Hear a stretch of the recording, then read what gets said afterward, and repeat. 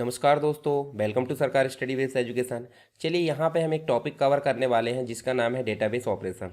आपकी बहुत ज़्यादा कमेंट आ रहे थे इससे रिलेटेड, तो इस कारण मैंने ये टॉपिक आपका लेकर आया हूँ। हालांकि डीबीएमएस के जो कंप्लीट वीडियो है, हालांकि अभी कंप्लीट नहीं हुई, सीरीज कंटिन्यू है, तो उसके लिए अलग से प्लेलिस्ट है, उसी के अंतर्गत मैं इसको ऐड कर दूंगा, तो आप उन वीडियोस को भी देख सकते हैं जिससे आपका बेसिक रूप से सारी चीज़ें क्लियर हो सके। तो डेटाबेस ऑपरेशन को जानने से पहले सबसे पहले हमको पता होना चाहिए डेटाबेस क्या होता है। हालांकि आपको पहले से पता होगा, फिर भी मैं यहाँ पे थोड़ा सा बता देता हूँ। तो व्हाट इज़ डेटाबेस? डेटाबेस क्या है? डेटाबेस का मतलब सिंपल आप समझ जाइए। देखिए, सबसे पहले मैं आपको बेसिक रूप से चीज़ें क्लियर कराता हूँ। ये हो गया कंप्यूटर। कंप्यूटर के पहले जो भी इनपुट दिया जाता है वो कहलाता है डाटा।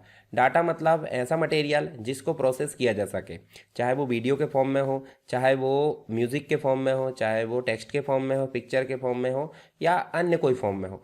तो डेटा ऐसा रॉ फैक्ट जिसको प्रोसेस करने योग्य हो कंप्यूटर में, और प्रोसेस करने के बाद जो हमको आउटपुट आता है वो आता है इन्फॉर्मेशन। क्या आता है? इन्फॉर्मेशन।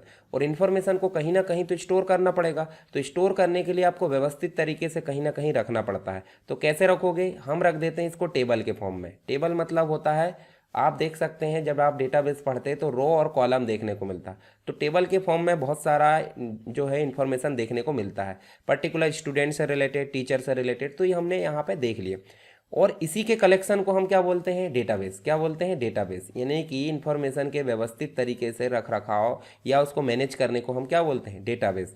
जब डेटाबेस की बात कर रहे हैं तो डेटाबेस मैनेज करने के लिए कोई ना कोई एक सॉफ्टवेयर की जरूरत पड़ेगी। तो उस सॉफ्टवेयर को हम बोल देते हैं डीबीएमएस। क्या बोल देते हैं? DBMS, database management system.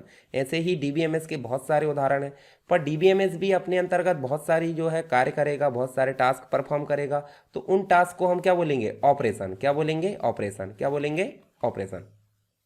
तो डेटाबेस ऑपरेशन आपको समझ में आ गए। डीबीएमएस के अंतर्गत कोई भी डेटाबेस मैनेज करने के लिए बहुत सारे काम किए जाते हैं, उन काम को ही हम क्या बोलेंगे? ऑपरेशन। यानी कि आपको डेटाबेस तो समझ में आ गया, साथ ही डेटाबेस ऑपरेशन के बारे में भी बेसिक चीज़ें पता चल गई। तो डेटाबेस क्या होता है हमने देख लिया। डेटाबेस का यूज़ क्यों होता है? तो डेटा स्टोर करने के लिए, यानी व्यवस्थित तरीके से स्टोर करना है डेटा को, तो उसके लिए डेटाबेस की ज़रूरत पड़ती है। डेटा को एनालाइज करना है, मतलब बहुत सारा डाटा है, बहुत सारे डाटा में से जो खराब डाटा है, खराब मतलब जो मिस यू मतलब एक प्रकार से जिसका यूज़ नहीं हो रहा है, तो वो डाटा भी स्टोर है, और जो जिन डाटा को यूज़ करना वो भी स्टोर है। तो सही और गलत की पहचान करके उसको क्या करना? अलग करना। क्या कहलाता है? डेटा एनालाइज करना, यानी कि विश्लेषण करना। Data management. डेटा मैनेजमेंट का मतलब होता है डेटा को इंसर्ट करना, डेटा को मॉडिफाई करना, डेटा को डिलीट करना, ठीक है, सॉर्ट करना, फिल्टर करना। ये सब किसकी श्रेणी में आ जाते हैं? डेटा मैनेजमेंट की। Improving business process. सिंपल सी बात है, जब हम बेसिक परंपरागत तरीके से बिजनेस को मेंटेन करते तो वहाँ काफ़ी धीरे बिजनेस चलता था, और काफ़ी जो है सारे काम धीरे धीरे होते थे। परंतु जब आ गई बात डीबीएमएस की, तो डीबीएमएस के माध्यम से हम अपना डाटाबेस आसानी से मैनेज करते हैं, और हमारी जो बिजनेस है उसको डेवलप या उसके अपग्रेड करने में हमको काफ़ी हेल्प मिली है। Keeping track of customer. Customer से मेंटेन, मतलब कस्टमर अगर मेंटेन करना चाहते हैं डेटाबेस के माध्यम से हम आसानी से मेंटेन कर सकते हैं। इसके अलावा डेटाबेस जो है, हमने डीबीएमएस के बारे में बात की है, ऐसा सॉफ्टवेयर जो डेटाबेस को मैनेज करने का काम करता है। डीबीएमएस के अंतर्गत बहुत सारे सॉफ्टवेयर आते हैं, आगे हम बात करेंगे। और डेटाबेस को मैनेज करने के लिए उसके अंतर्गत एक लैंग्वेज होती है। कौन सी? कॉमन क्वेरी लैंग्वेज, जिसे हम बोलते हैं एसक्यूएल। एसक्यूएल का मतलब होता है स्ट्रक्चर्ड क्वेरी लैंग्वेज। क्या होता है? Structured query language. अब स्ट्रक्चर क्वेरी लैंग्वेज क्या होती है? ये एसक्यूएल के नाम से जाना जाता है, काफ़ी फेमस है। और ये एसक्यूएल जो क्वेरी लैंग्वेज है, ये बहुत सारे सॉफ्टवेयर में देखने को मिलती है। जैसे एसक्यूएल सर्वर नाम का एक सॉफ्टवेयर आता है, उसमें एसक्यूएल देखने को मिलती है। माई एसक्यूएल नाम का एक सॉफ्टवेयर आता है, ठीक है, उसके अंतर्गत ये जो है लैंग्वेज देखने को मिलती है। तो ये लैंग्वेज है। एसक्यूएल क्या है? लैंग्वेज, ना कि सॉफ्टवेयर। और उसके अलावा अदर लैंग्वेज माई एसक्यूएल देखने को मिलती है। कुछ सॉफ्टवेयर देख लेते हैं डेटाबेस से रिलेटेड, जैसे कि आप देखिए एसक्यूएल सर्वर काफ़ी फेमस है, माइक्रोसॉफ्ट के द्वारा ये बनाया गया है। ओरेकल, ओरेकल कंपनी के द्वारा माई एसक्यूएल है, ठीक है। मारिया डीबी है, पोस्टग्री एसक्यूएल है, मोंगो डीबी है। इसके अलावा एक्सेस है जो कि माइक्रोसॉफ्ट का ही, एमएस ऑफिस के साथ में मिलता है, आईबीएम का DB2।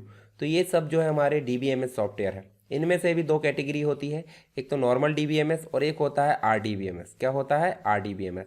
तो ये सारी चीज़ें जो होती है हम डेटाबेस वाले सॉफ्टवेयर में पढ़ेंगे। तो RDBMS जो होता है रिलेशनल डेटाबेस मैनेजमेंट सिस्टम होता है, और DBMS normal database management system. यहाँ पे हम बात करेंगे डेटाबेस ऑपरेशन की। तो डेटाबेस ऑपरेशन जैसे कि मैंने बताया डीबीएमएस सॉफ्टवेयर के माध्यम से अगर डेटाबेस में विभिन्न टास्क परफॉर्म किए जा रहे हैं तो उसको हम किस श्रेणी में रखेंगे, डेटाबेस ऑपरेशन की श्रेणी में। जैसे कि डेटा बेस बनाना, डेटा को मैनेज करना, डेटा को क्रिएट करना, डेटा को मॉडिफाई करना, डेटा में क्वेरी चलाना यानी फिल्टर चलाना, देखना निकालना जो भी है, डेटा को डिलीट करना, ये सारे काम किस श्रेणी में आ जाते हैं, डेटाबेस ऑपरेशन की श्रेणी में आ जाते हैं।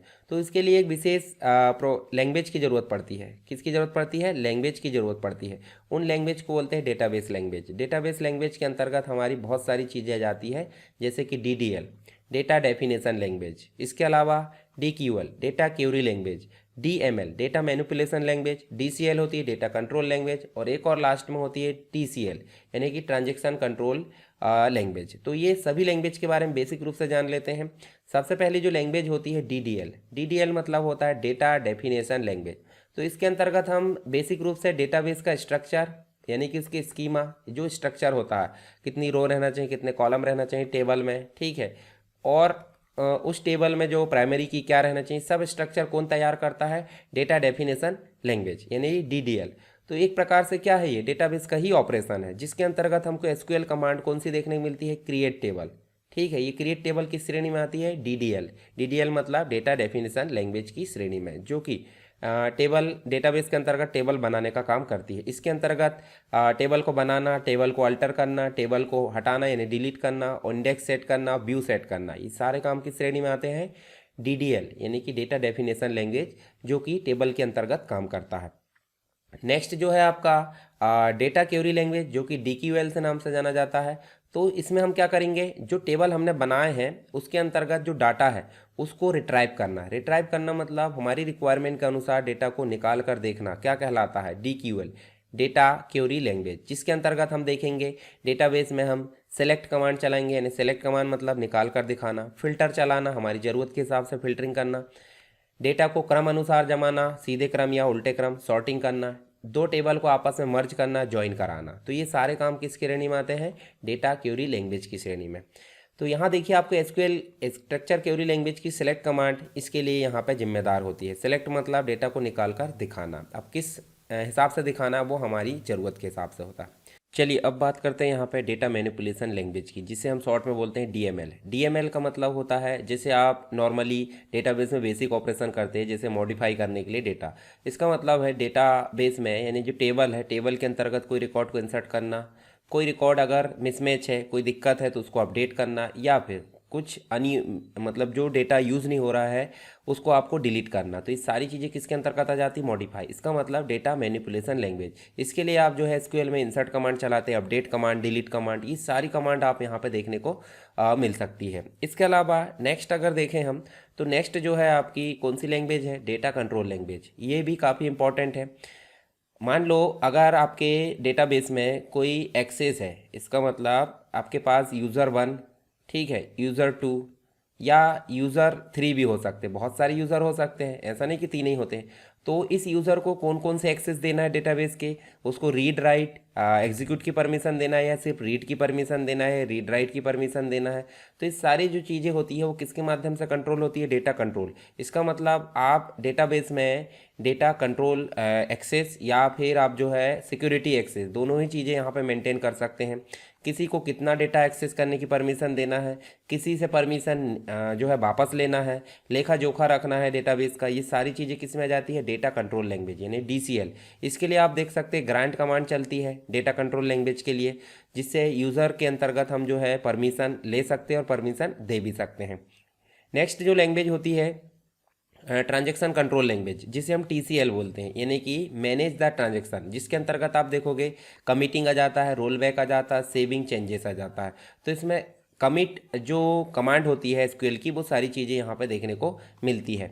अब ये तो हमने बेसिक चीज़ें यहाँ पे जाना। अगर आपको कंप्लीट रूप से SQL का जो ट्यूटोरियल है वो चाहिए, तो आप मुझे कमेंट कर सकते हैं, ठीक है। उसके लिए मैं आगे जो है लेक्चर लेकर आऊँगा। इसके साथ ही आप देखिए database operation are essential for managing and manipulating data in a database, यानी डेटाबेस ऑपरेशन काफ़ी इंपॉर्टेंट है, काफ़ी आवश्यक है। किसके लिए? डेटाबेस को मैनेज करने के लिए या उसको जो है मॉडिफाई या फिर उसको मैनिपुलेट करने के लिए। साथ ही they can be performed by using various tools and language, जैसे हमने देखें एसक्यूएल जो है स्ट्रक्चर क्वेरी लैंग्वेज, इसके माध्यम से डेटाबेस ऑपरेशन काफ़ी आसानी से किए जा सकते हैं।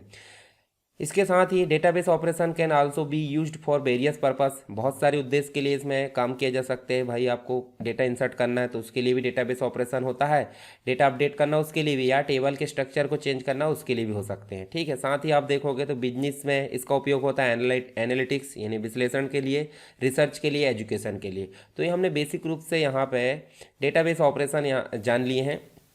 इसके अलावा डेटाबेस ऑपरेशन के अंतर्गत हम जो है बहुत सारी एसक्यूएल कमांड है, तो उन एसक्यूएल कमांड के लिए अलग से लेक्चर लेकर आएंगे, ठीक है। तो ये चीज़ें आपको समझ में आई, कैसी लगी ये सारी चीज़ें आप मुझे कमेंट बॉक्स में बताइए। अगर वीडियो पसंद आ जाता है तो आप वीडियो को लाइक करें और शेयर कर दिया करिए। चैनल पर नए हैं तो चैनल को सब्सक्राइब कर लीजिए, और अगर सब्सक्राइब भी कर ली है तो अपने दोस्तों के साथ इसे शेयर कर सकते हैं। तो चलिए मिलते हैं नेक्स्ट क्लास में, तब तक के लिए जय हिंद।